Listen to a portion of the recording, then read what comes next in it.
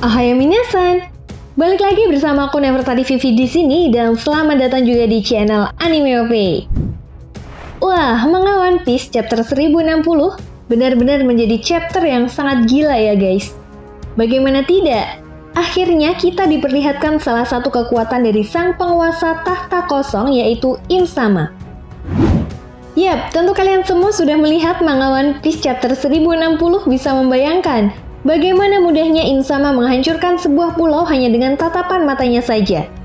Jelas, dari sini kita semua bisa menyimpulkan jika kekuatan pemerintah dunia memang tidak bisa dipandang sebelah mata. Terlepas dari hal itu, apakah kekuatan dari buah iblis milik Im Sama atau justru salah satu kekuatan senjata kuno yang bernama Uranus? Namun yang jelas, terlepas dari status mereka yang merupakan penjaga perdamaian, pemerintah dunia seringkali digambarkan sebagai kelompok yang tidak lepas dari berbagai hal yang mengerikan. Salah satu hal mengerikan yang pernah mereka lakukan di dunia One Piece adalah menghancurkan sebuah wilayah dengan cara mengaktifkan booster call. Nah, di konten kali ini aku mau ngebahas wilayah yang sudah dihancurkan oleh pemerintah dunia dari peta dunia One Piece. Tapi sebelum masuk ke pembahasannya, jangan lupa untuk like video ini ya guys.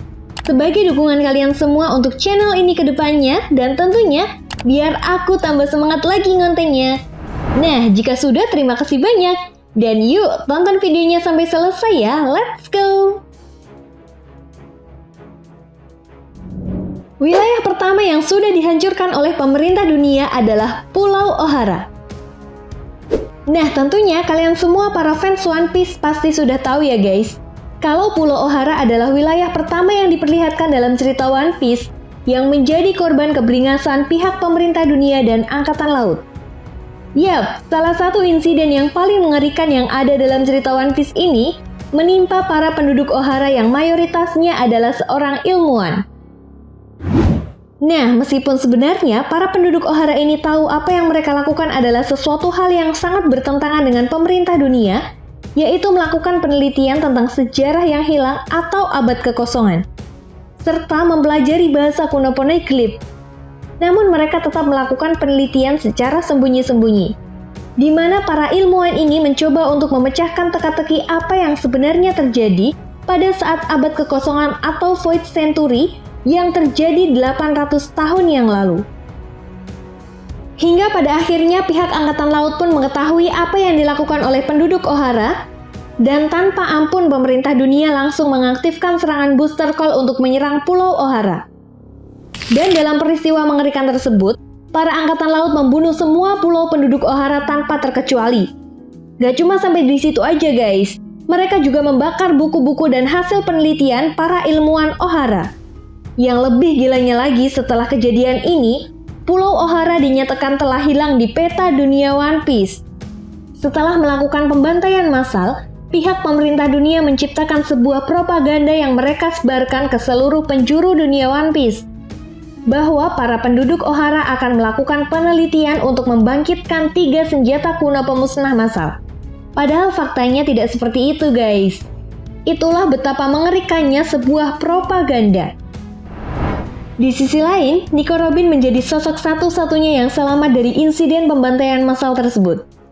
Kini menjadi sebuah harapan bagi para penduduk Ohara untuk terus berjuang melanjutkan mimpi dari para penduduk Ohara untuk mengungkap fakta yang sebenarnya saat terjadinya abad kekosongan. Nah, selanjutnya, wilayah yang kedua yang telah dihancurkan oleh pemerintah dunia adalah Enies Lobby. Yap, salah satu tempat yang paling sakral yang ada di dunia One Piece ini merupakan satu dari 3 tempat yang dikendalikan di bawah kekuasaan penuh pemerintah dunia. Dimana seperti yang kita tahu guys, 2 tempat lainnya adalah penjara Impel Down serta markas pusat angkatan laut yaitu Marineford, di mana Enies Lobby sendiri merupakan penghubung bagi kedua tempat tersebut.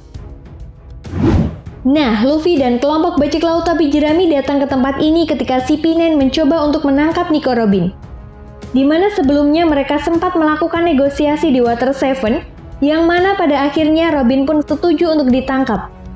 Jelas, mengetahui hal ini Luffy dan kelompok bajak laut topi jerami melakukan upaya menyelamatkan Nico Robin.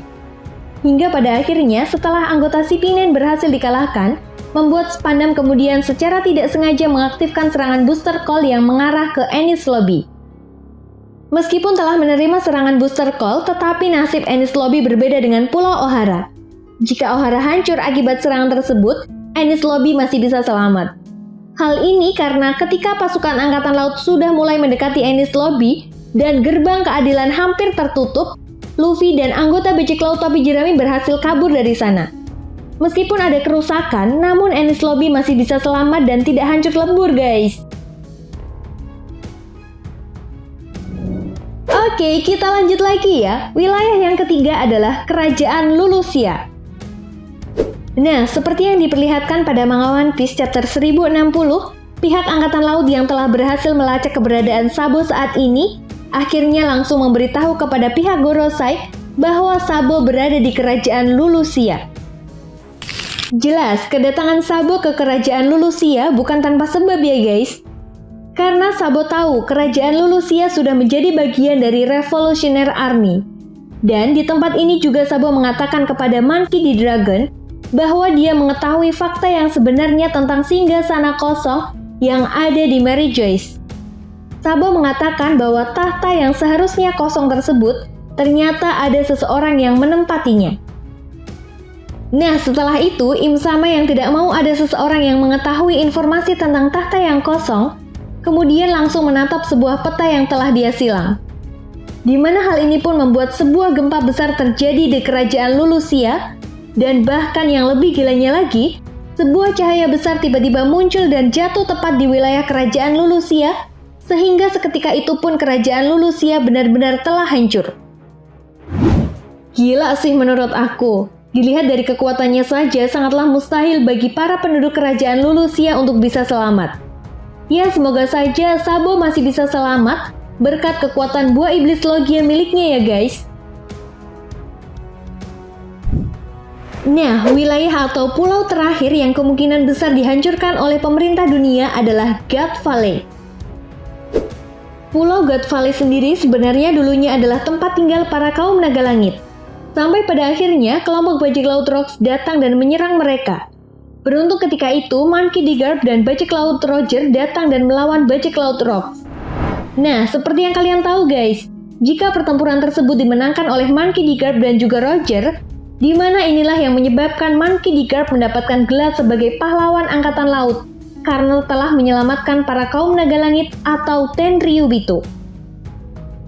Namun menariknya, menurut Sengoku setelah kejadian tersebut, pihak pemerintah dunia justru menghapuskan insiden God Valley dari sejarah.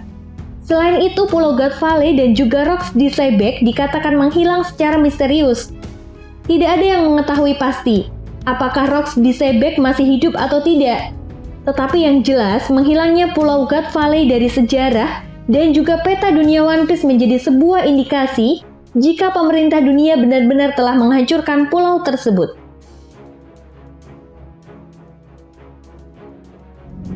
Oke guys, itu tadi merupakan pembahasan mengenai wilayah yang dihancurkan oleh pemerintah dunia.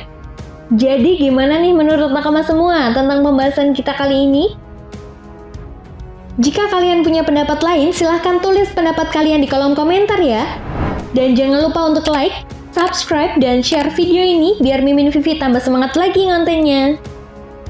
Oke, sampai di sini dulu ya guys pembahasan kita kali ini dan sampai jumpa lagi di pembahasan berikutnya. Bye-bye!